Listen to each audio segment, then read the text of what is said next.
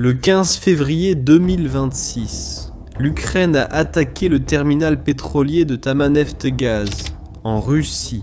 C'était la 3e attaque en 60 jours, mais cette fois, c'était différent. Ils ont utilisé le Flamingo, un missile de croisière de fabrication locale, avec une portée incroyable de 3000 km. Ça ressemble à une attaque de plus, non? Non, pas quand on comprend ce qui est en jeu. Ce terminal traite 20 millions de tonnes de pétrole par an, et il se trouve à 15 km du pont de Crimée. C'est l'un des points les plus critiques de la machine de guerre russe dans le sud, et, pour cette raison, il est protégé par plusieurs couches de défense aérienne. Mais une chose est restée inaperçue de presque tous.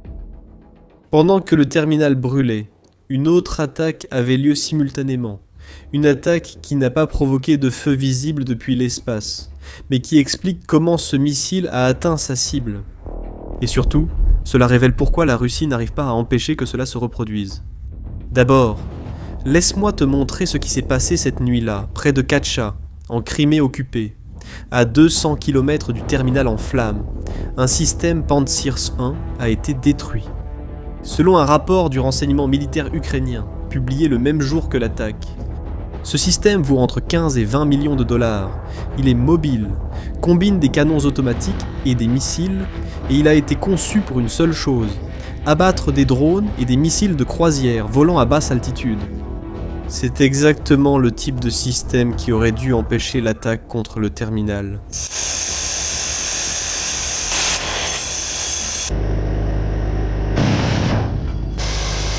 Sauf que, quand vous perdez un Pantsir, vous ne perdez pas seulement 15 millions de dollars, vous créez une faille permanente dans votre défense, et ce n'était pas le premier Pantsir à être détruit.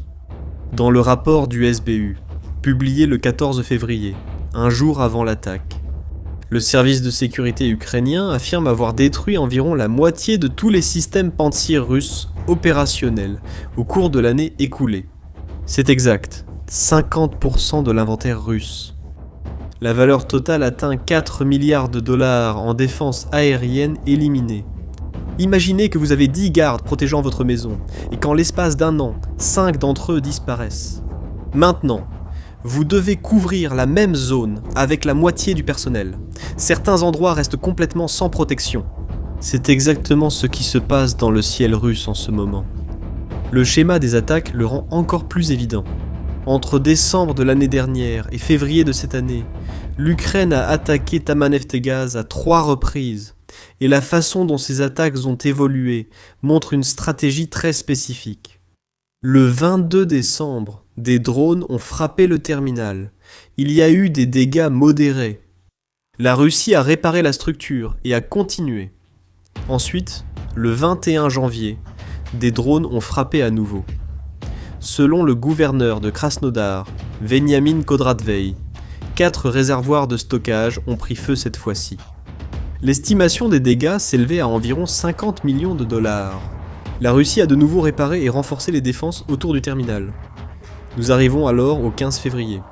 Cette fois, l'Ukraine n'a pas envoyé de drone, elle a envoyé le Flamingo.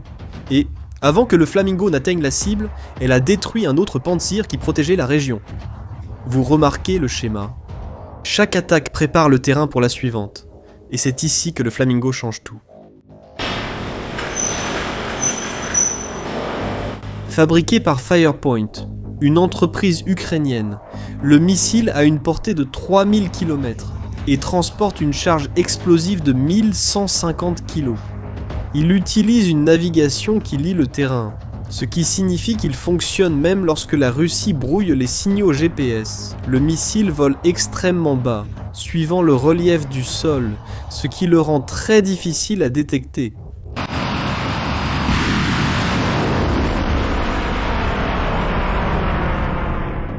Et l'objectif de l'entreprise est de produire 7 missiles par jour d'ici octobre 2026. S'ils parviennent à atteindre cet objectif, on parle de plus de 200 missiles par mois. Cela change complètement l'équation. La première fois que le Flamingo a été utilisé au combat, c'était seulement 3 jours avant l'attaque contre Tamaneftegaz, le 12 février. Selon les rapports des services de renseignement ukrainiens, des missiles Flamingo ont frappé l'arsenal Grau à Kotluban et la base d'essai de missiles Kapustin Yar.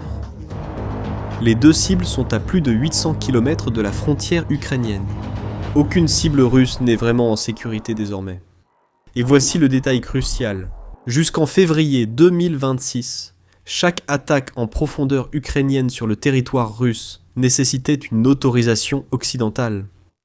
Des missiles comme le Storm Shadow et l'Attack MS étaient tous assortis de restrictions géographiques. Tant les États-Unis que le Royaume-Uni devaient approuver les cibles. Le Flamingo élimine tout cela d'un seul coup. C'est une production, une décision et une exécution indépendantes.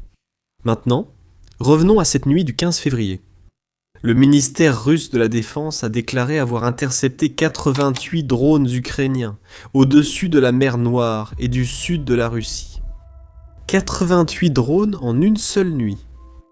L'Ukraine lance d'énormes essaims de drones, dont beaucoup ne servent que de diversion, afin de submerger complètement la défense aérienne russe. Cela oblige les opérateurs russes à choisir ce qu'ils vont essayer d'abattre.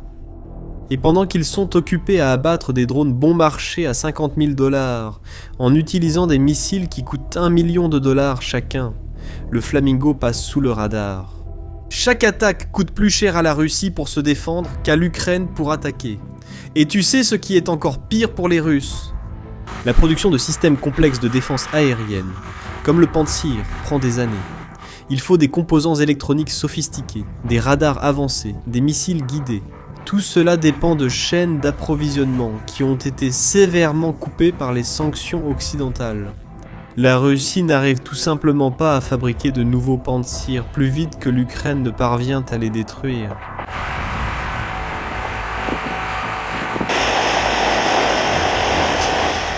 L'Ukraine, en revanche, accélère sa production locale.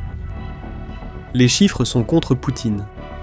Maintenant, tu te souviens que j'ai mentionné le moment où cette attaque a eu lieu 48 heures avant les négociations de Genève ? C'était extrêmement calculé.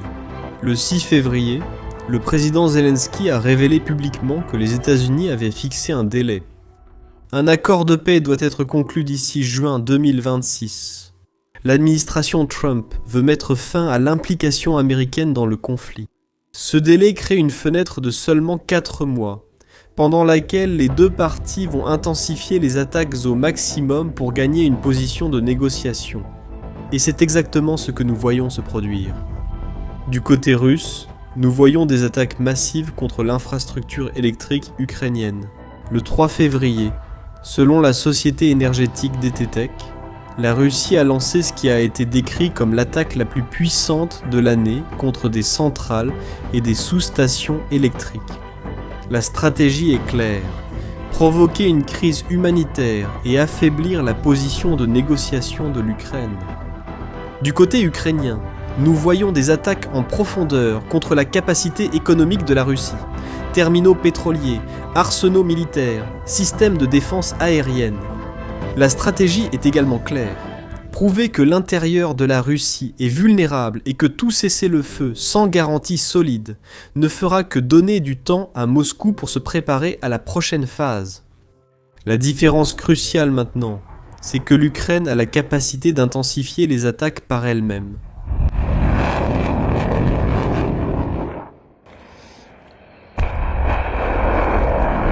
Le Flamingo ne dépend pas des décisions prises à Washington ou à Berlin. Moscou ne peut plus faire appel aux gouvernements occidentaux pour couper l'approvisionnement en armes. Et, pour revenir au terminal de Tamaneftegaz, le terminal n'est pas seulement une question de pétrole. Selon les données de capacité opérationnelle, lorsque vous interrompez le flux de carburant là-bas, cela affecte toute la chaîne. Les raffineries situées plus à l'intérieur du territoire russe doivent réduire leur production parce qu'elles ne peuvent pas stocker l'excédent. La flotte de la mer Noire doit aller chercher du carburant dans des ports plus éloignés. Toute la chaîne logistique qui soutient les opérations militaires russes dans le sud de l'Ukraine est compromise, et le détail géographique compte. Le terminal se trouve à seulement 15 km du pont de Crimée. L'Ukraine n'a pas besoin de détruire le pont lui-même, qui est extrêmement bien défendu. Elle peut simplement affaiblir toute l'infrastructure autour, jusqu'à ce que le pont devienne moins utile sur le plan opérationnel. C'est une guerre économique menée avec des missiles. Et l'emplacement spécifique du Pantsir, détruit à Kacha, n'était pas non plus un hasard. Kacha est une base aérienne historique près de Sébastopol, où la flotte de la mer Noire maintient des hélicoptères de chasse aux sous-marins. Ces hélicoptères sont essentiels pour détecter les drones navals ukrainiens, qui ont déjà coulé ou endommagé plusieurs navires russes. Sans couverture aérienne depuis Kacha, toute la flotte devient plus vulnérable. C'est un effet domino de faiblesse. Chaque pièce du système de défense qui tombe finit par exposer la suivante. Alors, à quoi peut-on s'attendre à partir de maintenant ? Eh bien, si l'échéance de juin est maintenue, et tout indique qu'elle le sera, les 4 prochains mois seront les plus intenses de toute la guerre. Les deux camps vont intensifier le conflit au maximum. L'Ukraine va continuer à cibler l'infrastructure économique et les systèmes de défense aérienne russes. La Russie va continuer à tenter d'avancer territorialement à l'est et de détruire la capacité de production électrique ukrainienne. La différence, c'est que maintenant, l'Ukraine a une indépendance militaire. Elle ne dépend plus de tiers. Elle peut attaquer quand, où et comment elle le souhaite. Et chaque système Pantsir qui disparaît de l'inventaire russe rend cette indépendance plus létale et plus efficace. L'attaque du 15 février n'a pas été simplement une attaque de plus dans une longue liste. C'était une démonstration calculée. Un message envoyé 48 heures avant que les négociateurs russes et ukrainiens ne s'assoient dans la même salle, à Genève. Comme pour dire, nous avons les moyens, nous avons la détermination, et vous ne pouvez pas nous arrêter. Et la réalité difficile pour Moscou, en ce moment, c'est que ce message est correct. Qu'en penses-tu ? Penses-tu que la destruction systématique des systèmes de défense aérienne russes place l'Ukraine dans une meilleure position lors de négociations ? Laisse ton avis dans les commentaires. Si tu as trouvé cette analyse utile, abonne-toi à la chaîne et partage-la avec ceux qui suivent ce conflit. On se retrouve dans la prochaine vidéo.